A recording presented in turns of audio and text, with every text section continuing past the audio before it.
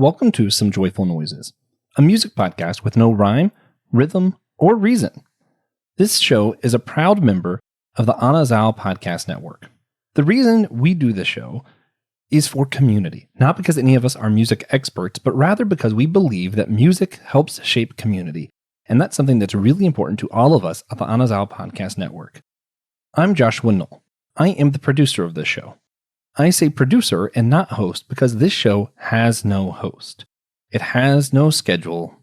It has no format. You are just as much the host as I am. If you would like to find out how you could lead your own episode of Some Joyful Noises, then listen to the end of the show for an invitation to lead your own conversation on this podcast. We hope you enjoy this show with no rhyme, no rhythm, and no reason.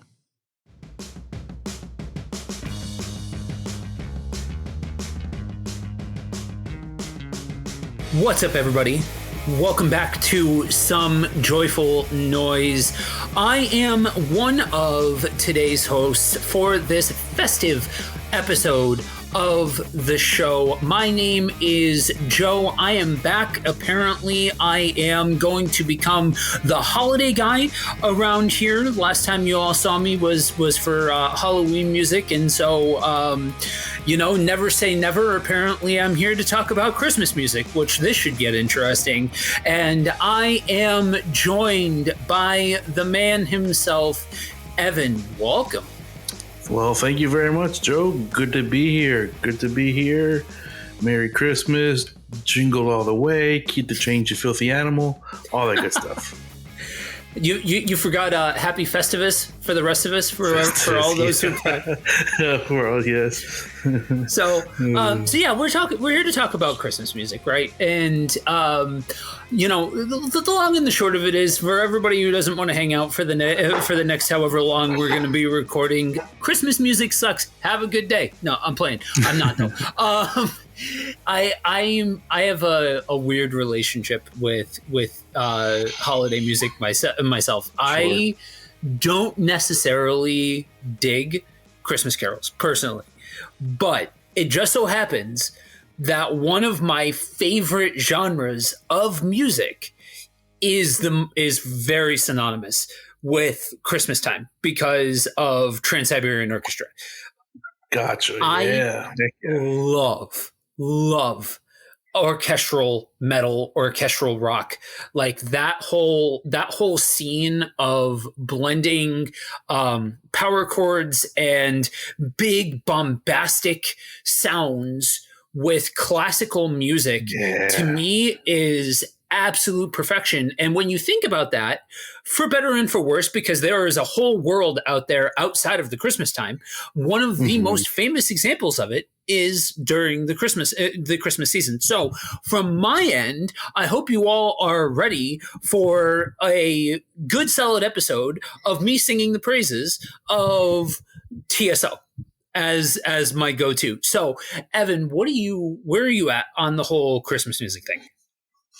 Christmas music, there's a soft spot for, it's the stuff I grew up with, like the classics. You would go to church and go to that like 12-hour Christmas Eve service that you have a bunch of candles and they sing and they keep singing and they keep singing, and we might have some snacks after.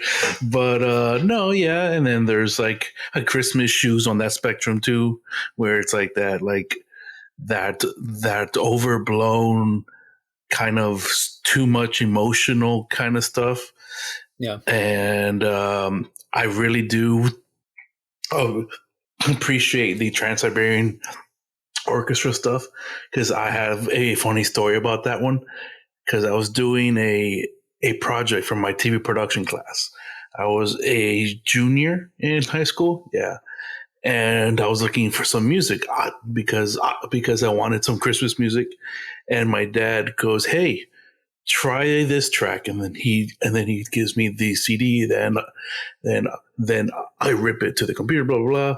And I did, and I had listened to them before, but that never really clicked yet. I was like, holy moly, this stuff is amazing. Like, it just completely captured me and the different layers of everything. Yeah. So there's that. And then that kind of started the journey of trying to find my Christmas music, like the same way that I have kind of like hip hop music, but there's more of the underground scene and the different kind of alternative scenes and stuff that I like. So I've always tried to find that within the Christmas music, and I've not been disappointed. So yeah. So it's interesting for me because there are hymns that I appreciate that I wish were associated with Christmas, but generally are not. Not having grown up in the church, I don't really have like a big history with, Hark the Herald and Mary Did You Know, which I have to say, I'm just going to go ahead and say this right now. That is the most aggravating. She did not know. Seriously, the first time, Mary, did you know? No, she didn't. End the song. Like that. Oh, that music is like nails on a chalkboard to me. I told you guys, this is not going to be your average Christmas music episode. I agree with you, man. That's a fun one. But I found this weird soft spot when it comes to Christmas music in the form of soundtracks. Now, I am a huge fan of soundtrack music, especially orchestral soundtrack music. I think that some of those songs are actually, coincidentally enough, for those of you that heard the Halloween episode, a lot of that same sentiment that I talked about before, about how there are some beats, there are some songs that don't have a single lyric to them, but they just transport you to a particular time, to a particular place, to a particular thought or memory. It's so real even here as well, because you have something like Home Alone, right? I am of that vintage that Home Alone was a huge part of my childhood. And so you hear that music. Oh, one. Absolutely one. One, okay. Two kind of stands out for me a little bit more. Yeah. Yeah. It's as long as your answer isn't 3, then it's perfectly fine. It's perfectly acceptable. That doesn't exist. No way. Yeah. No, I actually hadn't seen anything past the second one until a couple of years ago, when my wife and I decided to watch through all of them. I knew that they existed, but I never took the time because I had already aged out, and I'm like, this isn't the same thing. And especially the third one, who tries to play it like it's the same person, just recast. I'm good on that. Really? But oh no. Yeah. The third one, at least the fourth one, does something entirely different, but the third one definitely tries to play like it's still Kevin McAllister, just as a different actor. But that style of Christmas music for me is more impactful. I do have a soft spot for the Grinch. The Grinch is So Christmas. The Grinch is So Christmas, I think, is one of those holiday movies that really stands out for me. So that song is kind of in there. I laugh at like Dominic the Donkey, because I am Italian. That song is so absurd. That it's funny in like a trolling people kind of way, because other people get so annoyed at that song.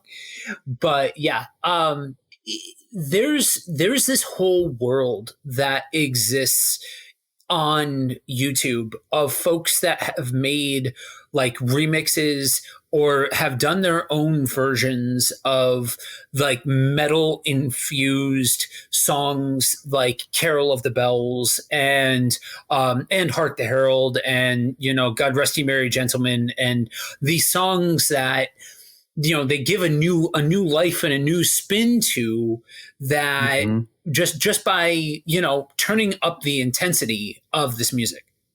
Yeah. The name that comes to mind for me for that is all those August Burns Red's albums.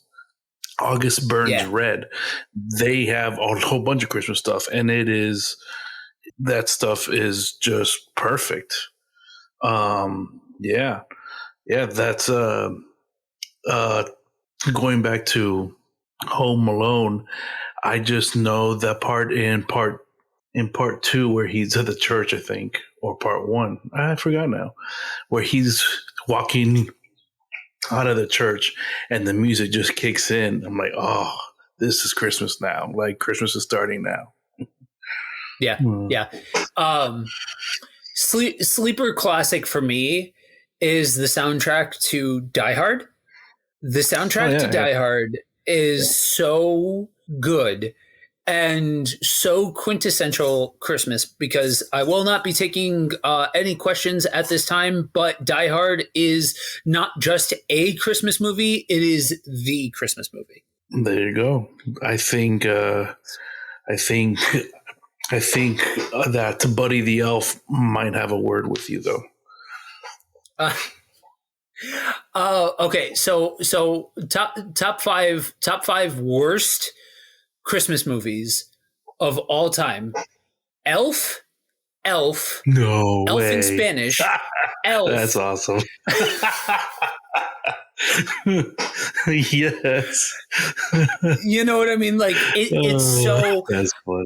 Like if somebody made Cotton Candy into a movie, it would be that movie. I do not understand how, like, maybe I'm just a little too nihilistic for Buddy the Elf, but it's just so bad.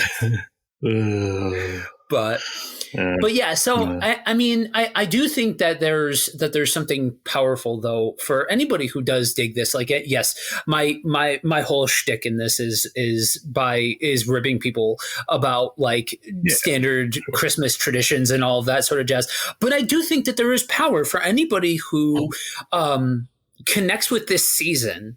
And especially for folks that are, that there's good memories tied into this music, or there's, something special that happens when you watch that movie that has a soundtrack that I think, much like some of the other holidays that we talk about, this is one that, even though it's not necessarily my cup of tea, I can see how this can be something incredibly impactful for folks with a soundtrack of your youth or a soundtrack of a period of time that as you grow up or as you move forward in life, it provides a checkpoint that you can go back to and a space that you can revisit as you move forward into different parts of your life. Yes. Yeah. Same. Yeah. Because everyone has they have their diehards, they have their Trans-Siberian Orchestra, and it's cool to see that. And for me, it's one that I got into.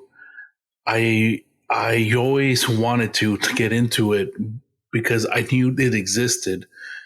It was an album by this band called Capitol Lights from the early 2000s, and I knew they had a Christmas album, but I just kept putting it off. I kept forgetting about it. But then just a few years ago, the podcast I was listening to, they brought it up, and I said, "That's it. I'm going to listen to it now." And I was like, I knew it. I knew I was going to love this album. It's so good. It's so good. And they do a version of the Christmas Shoes that is not so emotionally manipulative. It's like, it works. Yeah. And I'm glad that I had a splash of nostalgia, because I was like, but it was new too, because they were like in the style from that band from the early 2000s. And man, yeah. And that really stuck with me. One thing that I want to bring up is kind of like like your Trans-Siberian Orchestra's, the like electronic stuff, electronic Christmas music. Yeah. I love that stuff. The like trance and the weird, quirky European pop stuff. So that stuff has a special point in my heart, like the Joy Electrics of them all, stuff like that. Like that stuff I still put on, and my kids start bopping to it too. I'm like, all right, cool. That's funny. Yeah, for me, I could definitely see that, and especially because so much of the Christmas music is so much of the base of Christmas music is kind of a blank canvas. So one of the reasons why I end up showing up on the show is I am a musician. I went from playing like radio stuff to metal, and then moved from metal over to blues, and that's kind of the home that I've lived in for quite a while. And now at this point I'm not necessarily specifically just blues. I'm anything that makes you feel something. Like I beg of music to make me feel something. And so much of Christmas music is this blank canvas that you can turn the volume up on different areas of it or add certain things to it that gives you an opportunity, whatever it is. Let your flag fly. Whatever your flavor is, if you want to sit there and listen to Let It Snow, Let It Snow, Let It Snow, or Jingle Bells, or any of that other nonsense, I'll pray for you, but you go in peace. You do you. Yeah, exactly. If it's more of that electronic side where, you're adding some different flair to it, awesome. Do that. If it's the bass stuff, but with power accompaniment with, metal and stuff like that, that's awesome too. And everything in between. But one of the things that I think really stands out about Christmas music in a way that isn't necessarily true with all other types of music, especially holiday-centric music, is it is designed in a way that elicits an emotional response. And that's why, for me, kind of tipping my hand a little bit, I do have a soft spot for, as much as I rag on Christmas carols and all of that sort of jazz, the ones that actually, like, as a pastor, the ones that actually elicit like that emotional response, or elicit a posture that's based out of a deep acknowledgement of the accuracy of the season and the significance of the season, and postures folks to be able to meet Jesus here in a way that extends out for just December 25th, but actually speaks to the deeper significance of a life lived that isn't just corn poppy, I'm going to ignore real life, but no, I'm actually going to touch on this, and I'm actually going to make you feel a thing. That is something really, really special to me. And that's actually that whole idea of feeling something, in that idea of enjoying that blend of the rock and metal and Christmas music, was part of why I actually played in a TSO tribute band for a little while called the Kings of Christmas. Nice. And so nice. that was an interesting experience. I found out about them after I've seen TSO 5 times. Yeah, I've seen TSO 5 times. As I was actually, my wife and I dated in high school, and it was actually our first concert. And it was the first time that I was shown this whole world of lights and stage presence, and the fact that a concert could be more than just music, that it can be an experience. And that it opened this whole new world to me, and I wanted to be able to give that to other people. And so that was the whole thing behind Kings of Christmas. And, that has played into other portions of my time as a musician, but I can see how anybody resonates with any of these different offshoots and stylings of Christmas music. Yeah. And yeah, like all those different styles and the different things, they're just kind of they're just on top of what is Christmas music, is to point back to the reason of the season, to point back to the reason why we are singing these songs. And that's a deeper level of kind of the music, like it's music with a purpose, and I can really appreciate that. And that's how that works with so many people, and it works with so many flavors, because it's a general truth, I guess, that permeates through all the different versions of it all. For sure. I'm trying to think. I don't think I've ever been to a like just strictly like Christmas concert of some sort. Yeah, no, that would be cool to go to something like that. Yeah. I do think I think it's ironic, because I ended up, I had played in that band, but then ended up for quite a long while just not doing the whole like Christmas thing, between just not being a Christian, and also, not like being in the restaurant business. I always embraced the idea of working during that time, because I was off on my own and doing all that stuff. But life is weird.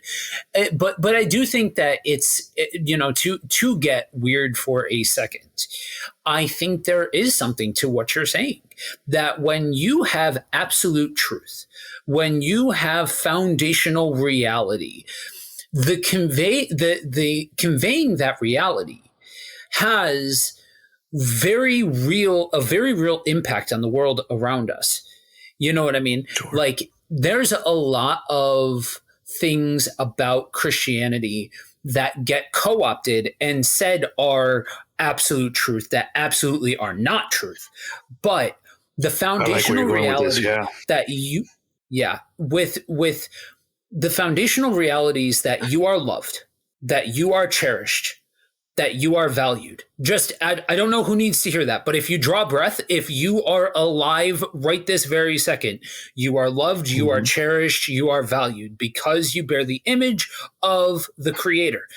And then you have the foundational truth of the significance of, okay, so a baby was born, and that baby was a fulfillment of a promise centuries prior, that centuries later that happened, and now centuries later we live in the context that we live now. And so as we translate that core truth and those core tenets, there is a metaphysical presence that's translated with that core truth. And so I question, you have these different flavors of Christmas music. You know what I mean? The ones that are hitting to that very present reality, I wonder if it is at least at part an aspect of that enduring truth that makes it so widely applicable to different genres, different styles, different contexts. Yeah. Totally. Like, it's like everyone can own it, but it still exists in the purpose. Yeah. Absolutely. So I'm going to go ahead and put you on the spot. Top 5 Christmas songs. All right. So let's do Joy to the World, classic. Wait, I don't know how to rank these. I'm just spitting them out. Is that cool? Yeah, that's fine. No particular order. Okay. Joy to the World. A Wonderful Christmas Time by Paul McCartney. Love that song so much. That's probably number one. And then, kind of a side note, I came across. Oh my gosh! So I'm gonna go down some rabbit trails here, if you don't mind. Yep. I found myself a few years ago. Like, because of my age, I'm in my almost 40, and I still appreciate the music from like 20, 30 years ago. But I realized that I was listening to the same like 20 songs, and I was just like, no, I can't be that guy. I can't be that guy that listens to the same 20 songs and my kids hate them all. It's like, no. I need to dig. I need to find some new music. I will like the same genre and stuff, but I hope there's new music out there. Preferably in the Christian style of like the Tooth and Nail labels from the 2000s and the mid 90s. So I just went digging, and I found some bands, and I'm like, hell yeah, they are like in their 20s, super young kids. They don't get my jokes or nothing, but it's good stuff. And I'm like, yes, good. And then one of them, they are big Star Wars fans, and the lead singer plays with a Luke's lightsaber microphone. And then they have some Star Wars covers, and then they'd have a cover of The Wonderful Christmas Time. I was like, you guys can't be more perfect for me. What is this? You're like the perfect band for me. That's awesome. They are called they're a pop punk band called Brave Days. So yeah, very, very good stuff. So Wonderful Christmas Time. I'm trying to. There was off of that one album, that Capitol Lights Christmas. What was it? His Favorite Christmas Story by Capitol Lights. That's a solid one. That's what, 3 or 4? Yep. That's 3. All right. Reliant K has one that I like.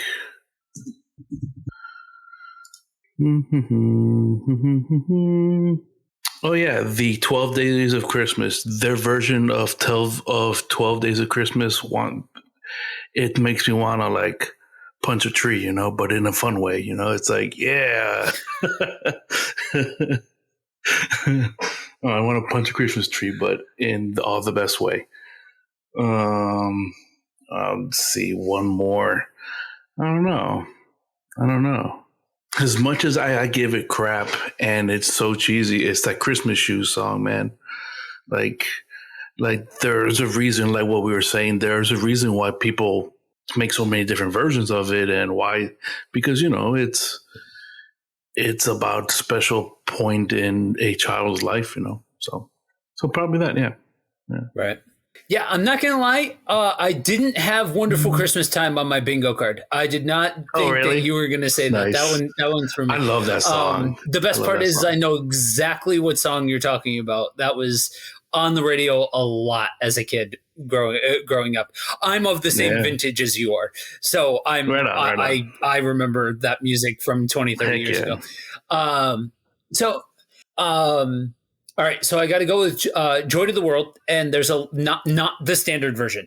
There are a dozen different hard rock metal sort of versions that are just that turn all of the beats of that up to 11, and for me, incite all of those feelings that are associated with, like, for me, taking very seriously the redemption aspect of my faith, in the fact that we are something new, and and focusing on the aspects of our faith that aren't like dogmatic or nationalistic or any of those sorts of things, but to the very spiritual essence of the transformative aspects of the Christian faith. Joy to the World is like an anthem. That and Amazing Grace are my two of my favorite, hymns, I guess you can go with. But so Joy to the World is my first.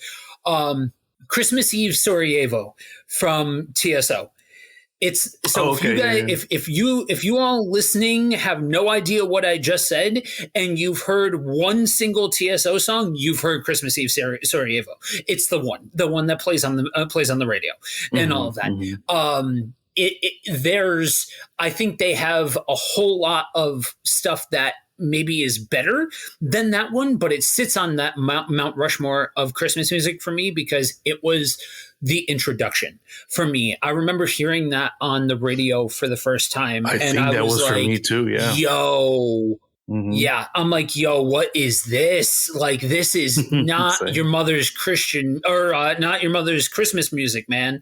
So that, Happy Christmas, War is Over by John Lennon. And part of that is because that was an anthem in my household growing up. My mother is a huge John Lennon fan. More so a John Lennon fan than a Beatles fan. And that song just, it has a soft spot for me. You know what I mean?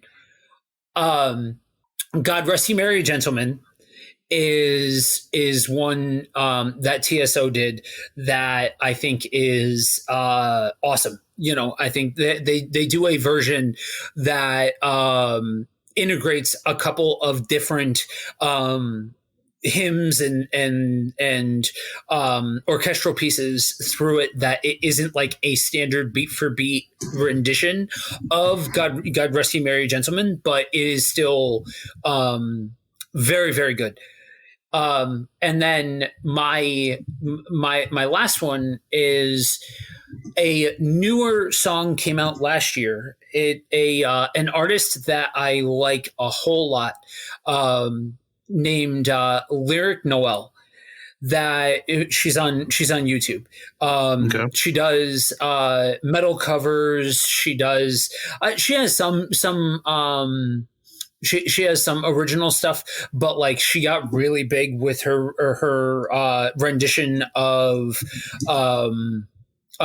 This Is Halloween from Nightmare Before Christmas, which again, Christmas movie, just saying, Nightmare Before Christmas. That's number 2 in my favorite Christmas movie list. Only behind Die Hard. Again, that's not just a Christmas movie. That's a Hallmark Christmas movie. I'm just saying. But she did a version of Carol of the Bells that just it captures everything that I love about that blending of metal and hard rock coupled with the Christmas. Like, it is just absolutely aces. If you are into that style of music, I would largely recommend go through all of TSO stuff and then find their Mozart driven stuff, because they have a whole other album that's just Mozart music that they do in that same heavy style. And another one for Beethoven that they did that is just, it's so good.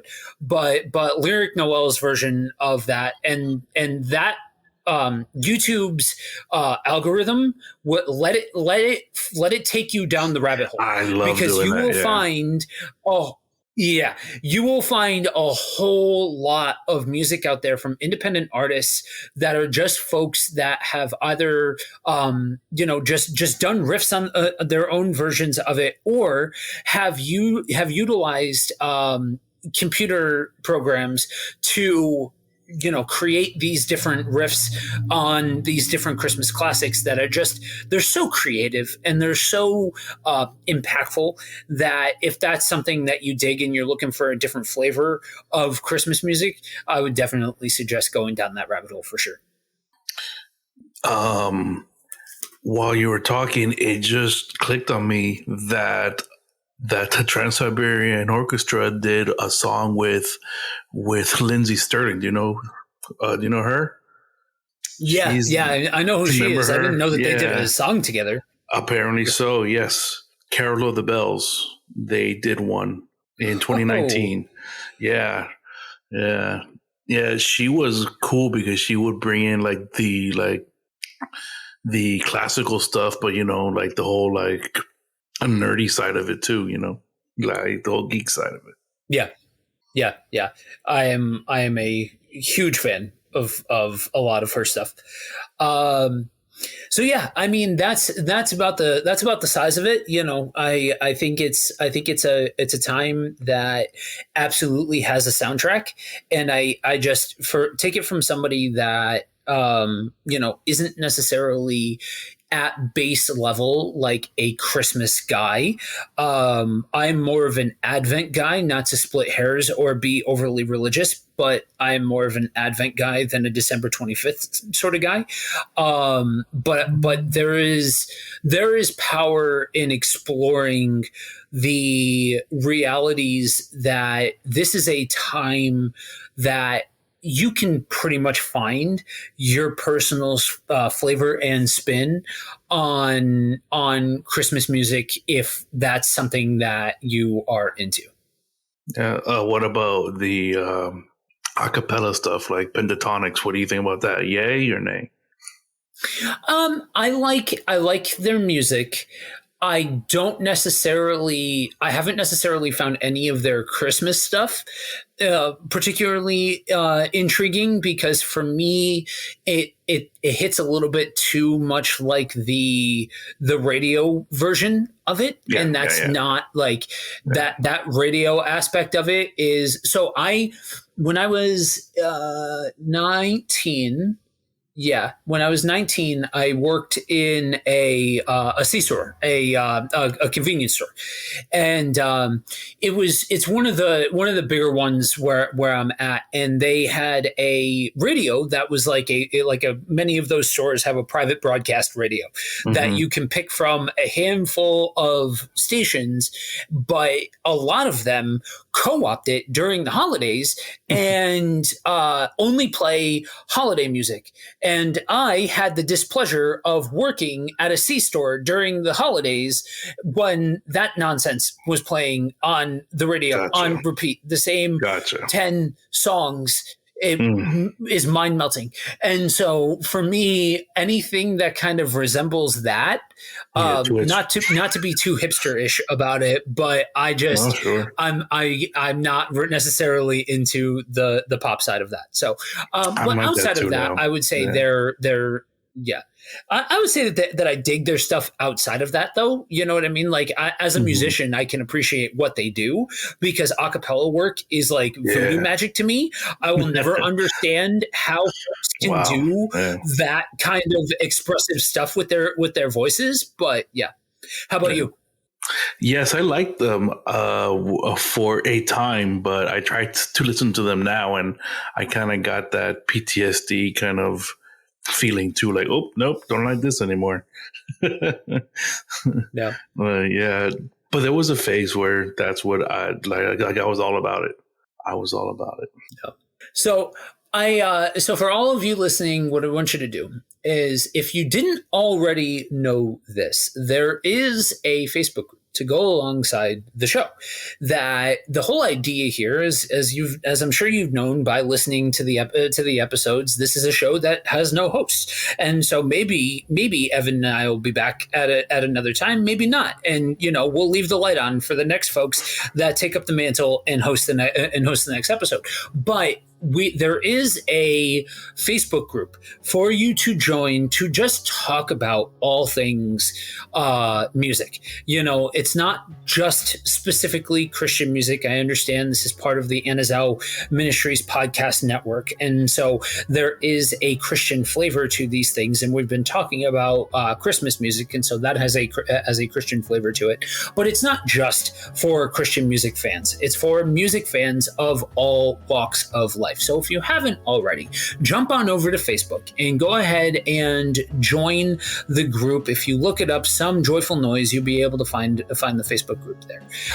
If you have listened to this for the last 40 minutes and you're like, wow, I need to hear more of Joe and Evan together, podcasting together, we got you covered. Head on over and look up the show Systematic Geekology. First off, if you haven't been listening already, you're missing out because there's all kinds of awesome content over there to begin with. But you can find the special Thanksgiving edition of Systematic Geekology that both of us were part of with Pastor Will and with Pang talking about The Bear and that masterpiece of a TV show. So if you want to hear us talk about that, you can go ahead and head on over there. But I think for now, that's it. That's all. That's a wrap. Thank you all for joining us. And until next time, peace, guys. Peace.